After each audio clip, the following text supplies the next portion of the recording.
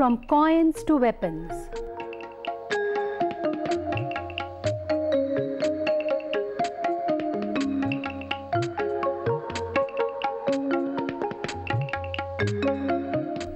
Tools to ornaments.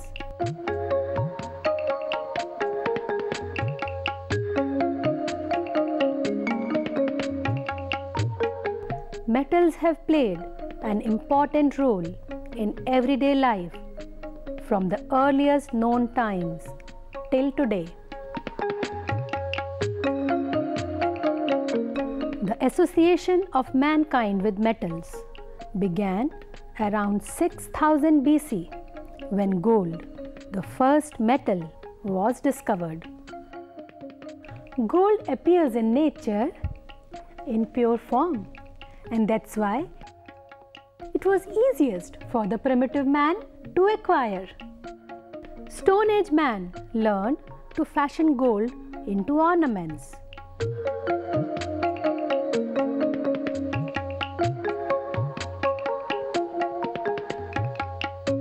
Then another metal was discovered which also exists in nature in the pure form, and this metal was copper.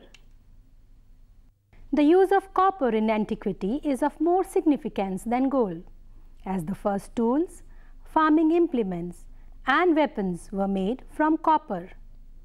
Copper was so important in shaping the civilization that the time period from 4000 to 2000 BC is commonly called the Copper Age. Then silver was discovered. It was used mainly for utensils and for ornaments.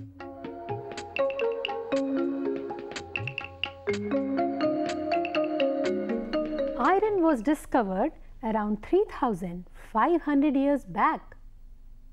Iron weapons revolutionized warfare, and iron implements did the same for farming. Iron was the building block for civilization, and the time period from around 750 BC to 50 AD is called the Iron Age. An iron pillar dating to 400 AD remains standing today in Delhi, India.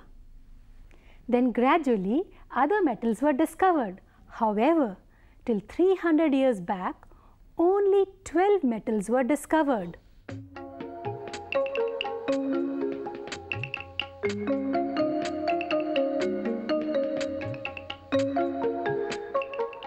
Then, in the 18th century, 12 more were discovered.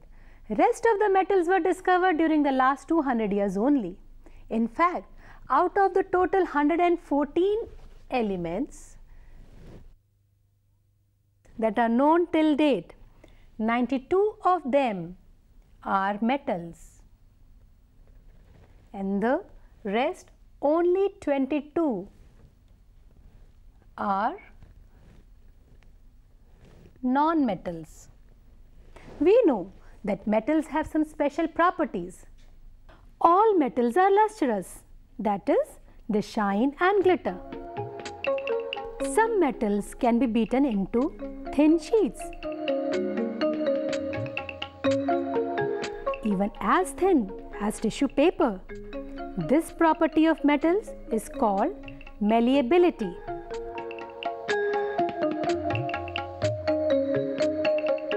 Gold and silver are the most malleable materials.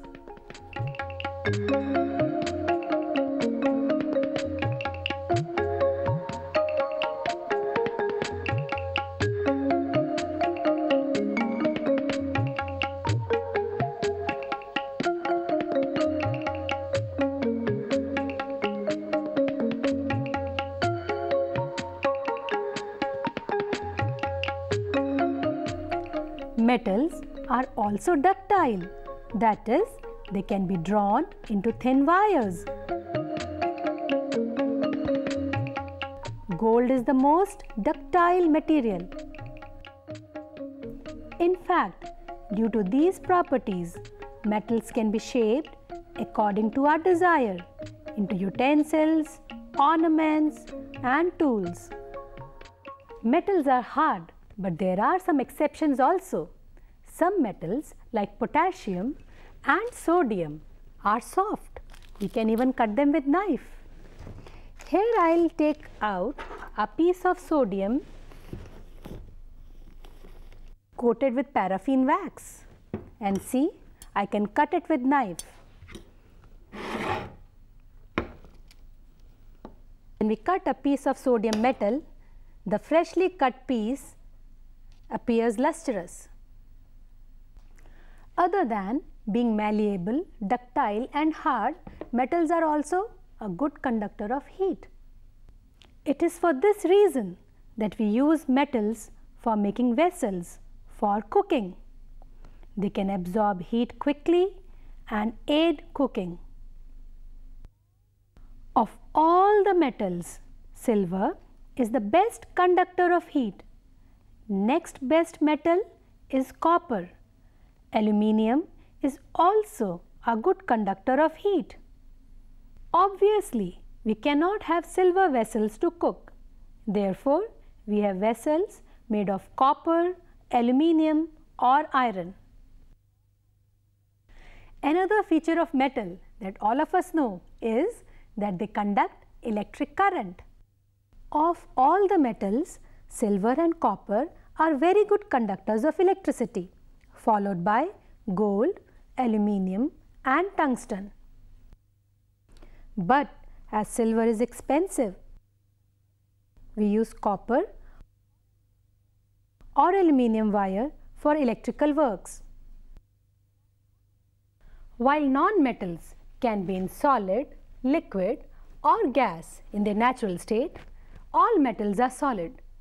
Well, except mercury, which is in the liquid state. It is stated that mercury is the only metal in liquid state.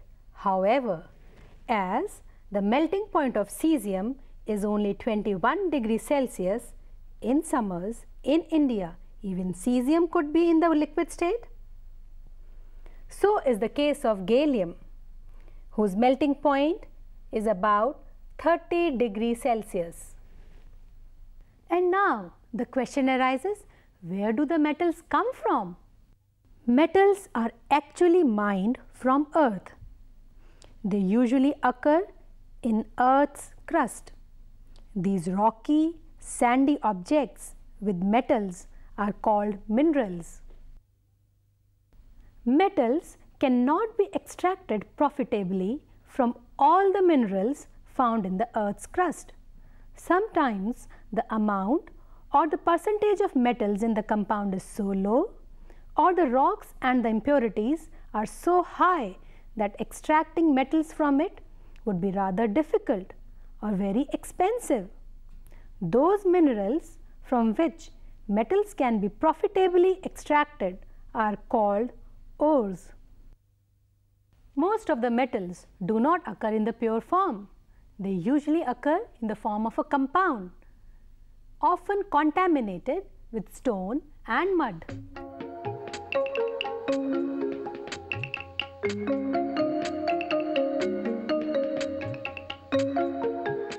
To obtain a metal in pure state from its ore, a process involving several steps is followed.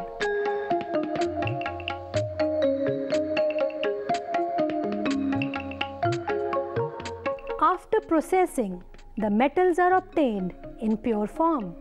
We know that metals in their pure state have luster. Isn't that so? Then why is it that these metal pieces appear so dull? Let me now scrape off one of the piece and let's see what happens. The sandpaper.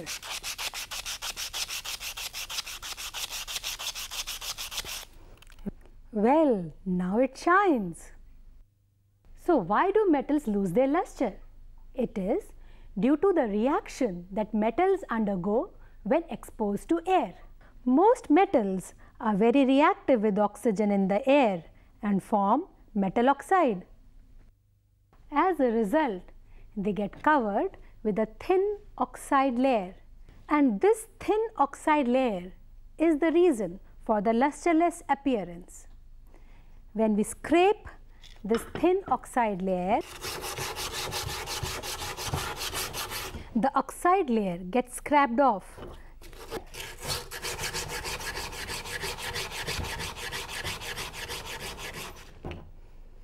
Revealing the lustrous surface.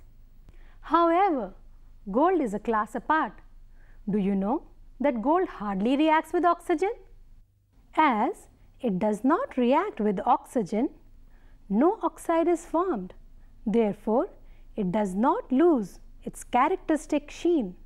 No wonder it is valued high. We have learned that metals react with various gases in air. Now let us observe how metals react with acids.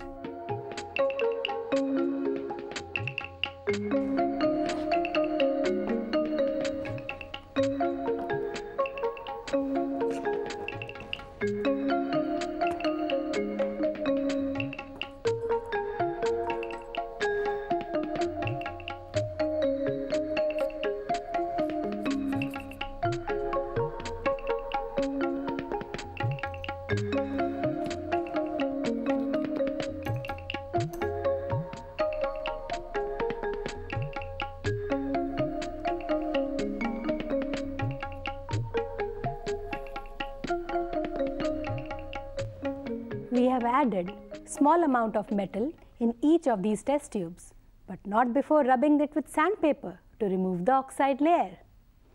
This test tube has magnesium ribbon. This one has zinc granule. In this, we have added iron filings, and in this one there is copper turnings. Now, let us add approximately 5 ml of dilute hydrochloric acid in each of these test tubes and observe the reaction.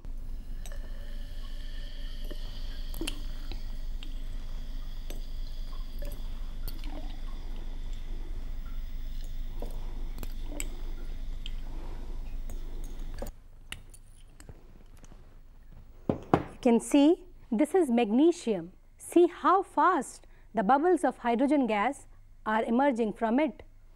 The test tube also has become very hot. This is zinc, which is not far behind. This is iron. It is also reacting. But what about copper? There is no reaction at all. That means no reaction. When we repeat this experiment with dilute sulfuric acid, we obtain similar results. Do you remember grandma's advice not to keep tamarind, that is imli, in a metal vessel? Do you know why?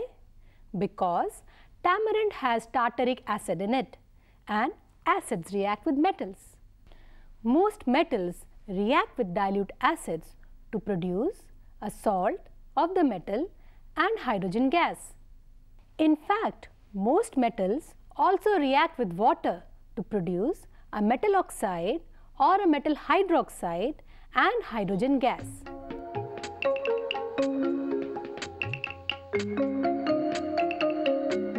Metals like sodium and potassium react even with cold water, and the reaction is so exothermic that the released hydrogen gas catches fire at once.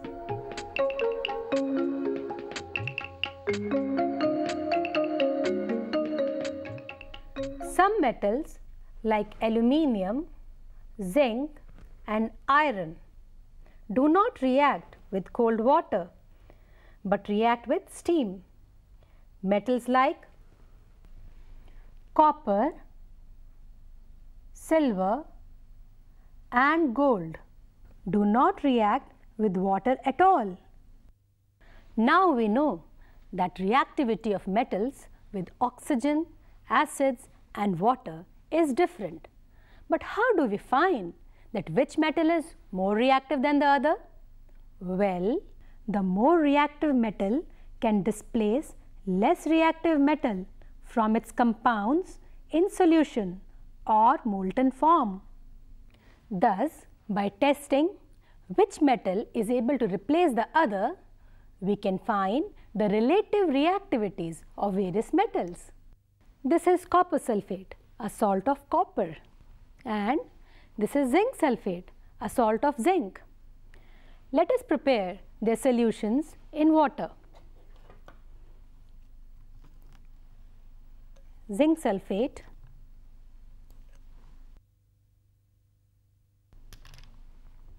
water,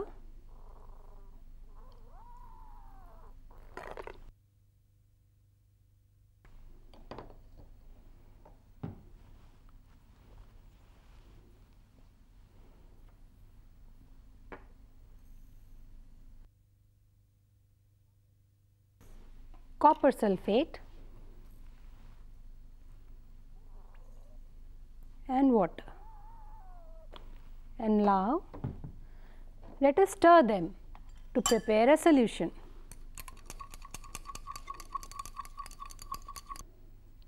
Zinc sulfate solution.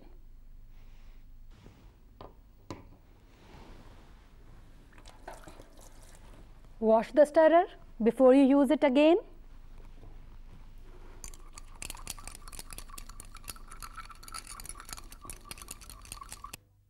So here we have the copper sulfate solution and the zinc sulfate solution. Now we will put some copper turnings into the zinc sulfate solution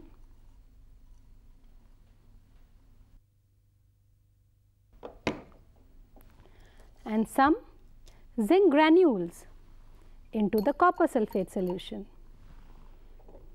And let us observe whether some reaction occurs. Observe carefully.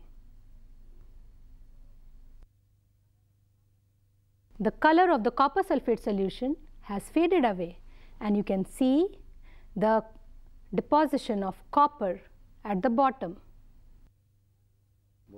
This clearly shows that zinc is more reactive than copper, and so it has displaced copper from its solution, whereas copper has not been able to do that.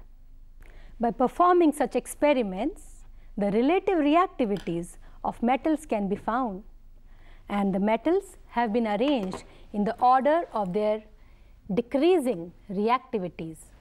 Potassium is most reactive and is followed by sodium, calcium, magnesium and aluminium. Zinc, iron, lead and hydrogen are the next lot.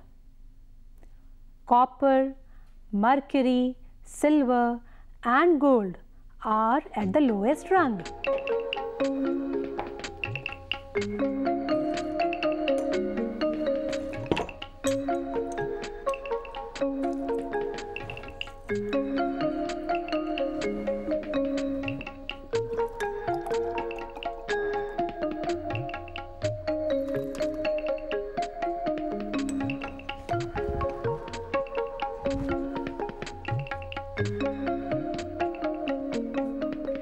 Actually, even before the relative reactivities of metals were found, people knew that gold, silver and copper are very less reactive. We may think that being strong and powerful is always better, but in case of metals, it is the opposite. A less reactive metal is always more precious. When we think of the word metal, what does come to our mind? An iron tool, a gold, silver or copper coin. But did you know that the salt that we eat, that this pinch of salt also consists of metal? It is sodium chloride, a salt of sodium. The vegetables that we eat are from the plants, the primary producers. But how do plants make their food? By photosynthesis. And how does photosynthesis occur? Due to chlorophyll. Do you know that each cell of chlorophyll consists of one single atom of magnesium? Without the metal magnesium, there would be no chlorophyll, and without chlorophyll, well, no photosynthesis. Do you know that iron forms an important part of our blood?